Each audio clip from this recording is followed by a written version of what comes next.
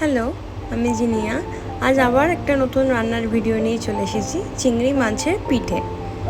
এই রেসিপিটার মূল উপকরণ হলো চিংড়ি মাছ ও কুড়িয়ে রাখা নারকেল। একটি পাত্রের মধ্যে চিংড়ি মাছ, কুড়িয়ে রাখা নারকেল, কাঁচা লঙ্কা দিয়ে স্বাদ মতো লবণ, হলুদ ও সর্ষের তেল দিয়ে ভালোভাবে এই মিশ্রণটাকে মাখিয়ে নিতে হবে।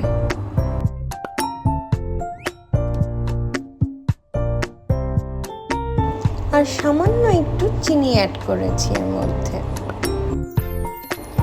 ভালো করে মাখানো হয়ে গেলে তারপর সেই মিশ্রণটাকে শিলনোড়ায় ভালোভাবে বেটে নিতে হবে। ও হ্যাঁ, বলাই হয়নি, আজকের রেসিপিটাও যদিও কর্তামশাই করছেন, আমি অ্যাসিস্ট্যান্ট হিসেবে তার পাশাপাশি আছি।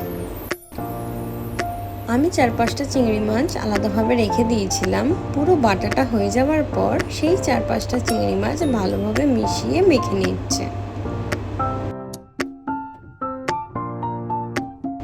অল্প করে একটু সর্ষের তেল অ্যাড করেছে মাখানোর সময়, যাতে বাইন্ডিংটা ভালোভাবে হয়। ভালোভাবে মাখানো হয়ে গেলে এপিট ওপিট সেঁকে রাখা কলা পাতাটার মধ্যে ভালো করে তেল ব্রাশ করে নিয়েছে।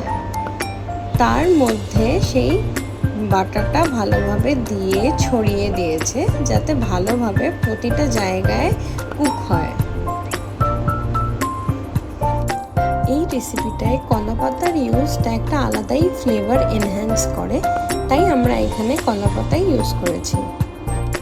লো ফ্লেমে ওভেনে এটা 15 থেকে 20 মিনিট বসিয়ে রাখতে হবে। ঢাকা দেওয়ার আগে সাইড থেকে অল্প করে সর্ষের তেল একটু ছড়িয়ে দিয়েছে, যাতে লেগে না যায়।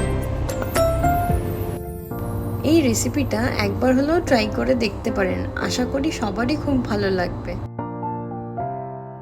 ঢাকা দিয়ে 10 থেকে 15 মিনিটের জন্য রেখে দিতে হবে। 10 থেকে 15 মিনিট পর ঢাকা খুলে দেখতে হবে ব্যাক সাইডটা ভালোভাবে কুক হয়েছে কিনা। যদি ব্যাক সাইডটা ভালোভাবে কুক হয়ে যায় দেন এটাকে ফ্লিপ করে নিতে হবে, যাতে উপরের পোর্শনটাও ভালোভাবে কুক হয়। এখানে আমি বসানোর সময় উপর থেকে 4-5টা লঙ্কা চিড়ে দিয়ে দিয়েছিলাম। ওটাকে নামিয়ে নিয়ে একটা থালার সাহায্যে ওটাকে ভালোভাবে উল্টে নিতে হবে, যাতে উল্টানোর সময় না ভেঙে যায়। তাতে কি হবে, শেপটা নষ্ট হয়ে যাবে। আরেকটা কলা পাতাকে এপিট ওপিট সেঁকে নিয়ে ওর মধ্যে একটু তেল ব্রাশ করে নিয়েছিল, ব্যাস। তারপর ওটা অপোজিট সাইডটা ওরমভাবে ও দিয়ে দিল।